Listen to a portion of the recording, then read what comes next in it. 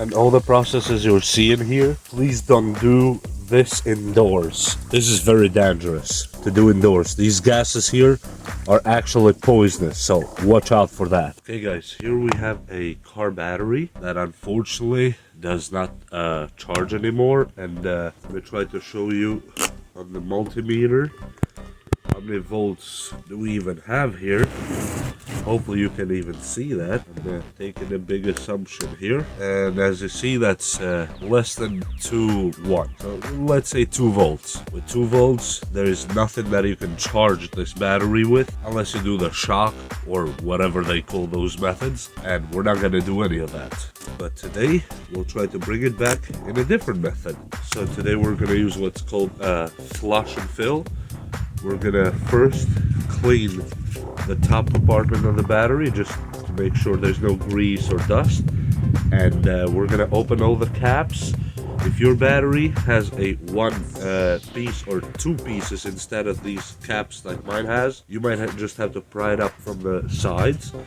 Mine is just simple caps that you can rotate and take out. So what I'm gonna do first, clean it, then open the caps and drain it. And the other steps after this one will be, after it's fully drained, to fill it with pure distilled water and baking soda. So that will go inside the elements and clean it fully. And after that is done, then we will drain it again. Then we have to refill it with distilled water and Epsom salt.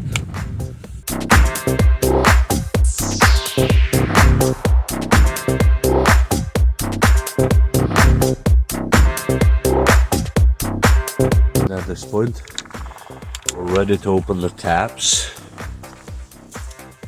And just one by one, be careful not to touch anything with bare hands. The way I'm doing it is not the proper way. Must have goggles and gloves for this work, because you're working with acids that can possibly burn your hands and take your eyes out. So be extremely careful.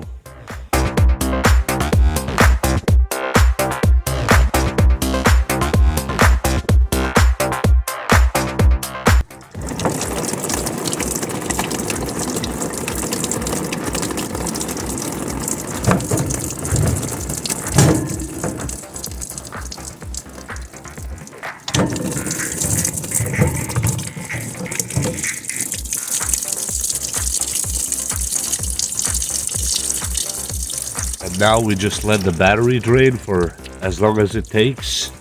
And let me show you how bad the actual water that came out of it is. This is what's coming out of the battery. I'm not sure how good this camera is gonna be, but the other stuff, the grass and stuff, was in the box. But the dirty water that's kind of rusty looking, that's all coming from this battery. And I'm gonna let it drain for maybe an hour, so I make sure it's fully drained. Then I will prepare the next mix, which will be distilled water and baking soda to flush it, and we'll see you then.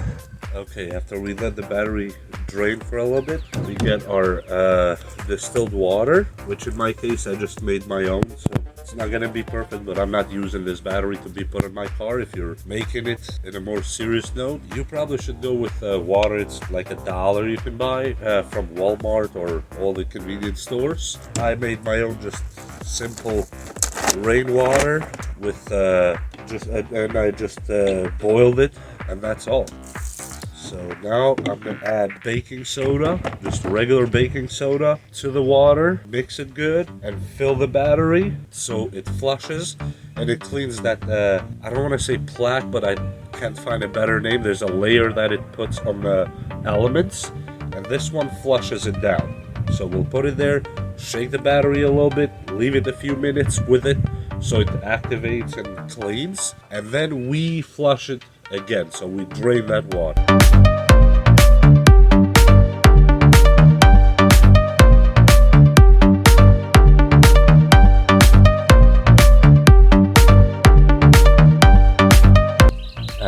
is left to do at this point is to fill up the battery with a mixture of distilled water and baking soda that we made. You might see some bubbles, which that is a good thing.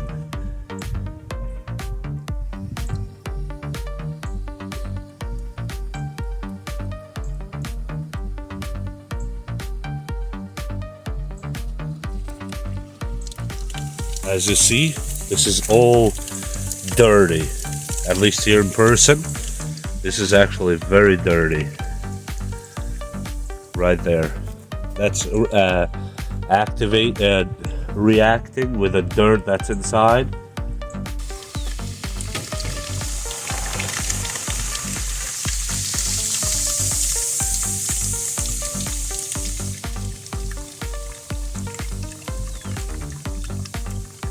Okay, in my case here, as you see, it's still bubbling.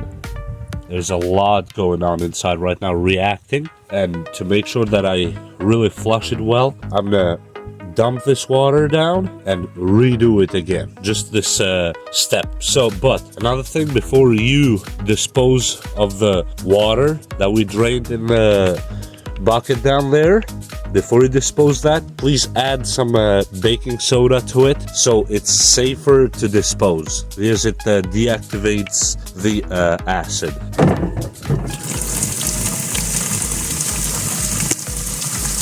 And as you see, look how dirty the water coming out of there is.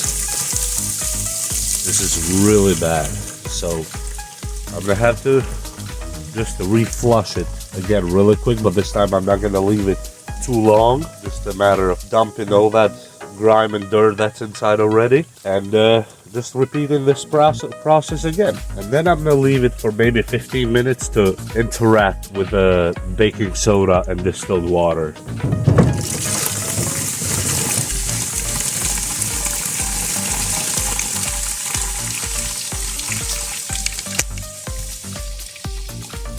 And as you see, it's even reacting with the water down there.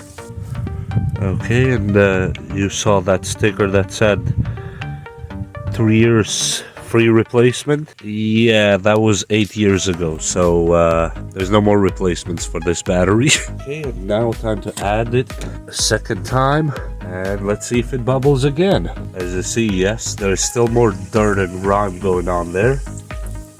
And all the processes you're seeing here, please don't do this indoors. This is very dangerous to do indoors. These gases here are actually poisonous, so watch out for that. Be very careful. And now we'll just leave it alone for maybe 30-40 minutes and let it do its thing. And we'll be back to drain it. And I'm planning to leave it overnight upside down to fully drain. And then tomorrow, we'll add the solution, which is Epsom salt and distilled water. And we'll initiate the repair process then. Okay guys, and now we are ready to mix Epsom salt with distilled water. I just grabbed from Walmart. It's just a regular distilled water on the baby section. It was $1.16, I think it was.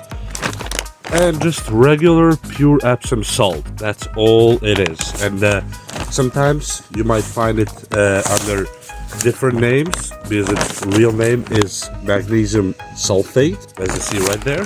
And I'm gonna put 1 cup in the gallon of distilled water. Now, I'm not sure if that's too much or too less, but that's what I'm gonna do, because everybody was doing their own way. And how I'm gonna go about it, to leave space here to add the salt, because this is filled to the brim, I'll add some of the water by itself on the battery, just for the elements first, in every hole. And then on the rest of the gallon, I will add the Epsom salt.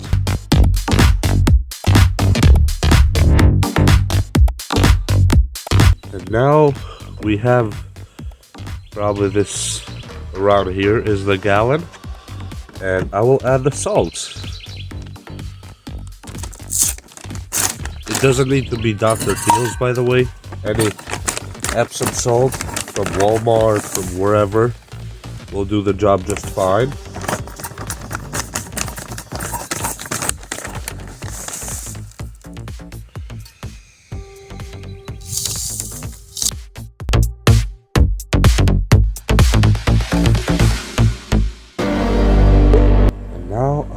just gonna shake this to make sure it dissolves, and that's all I have left to do.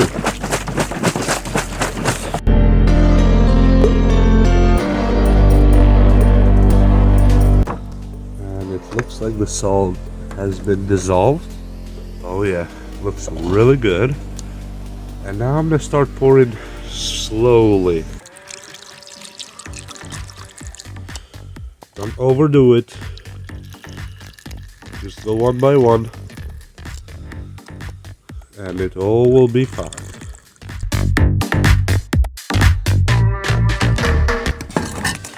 And it seems like we're in a good spot right now. All 6 compartments are filled with water. I overfilled it a little bit, but just make sure you have a towel nearby to wipe the excess water. Try to have a clean towel, even though this one doesn't look clean, but it's actually clean. But you know, in the industrial world, things look dirty when they're clean. To take some of the water, and then I will bring my battery charger. And all these processes that you're seeing in this video, guys, I will have to remind you again, must be done outdoors, somewhere that air and gases can evaporate freely without having contact with humans. So just be responsible and careful. And the other thing, the leftover of the acid that we poured from the battery when we washed it, you have to add some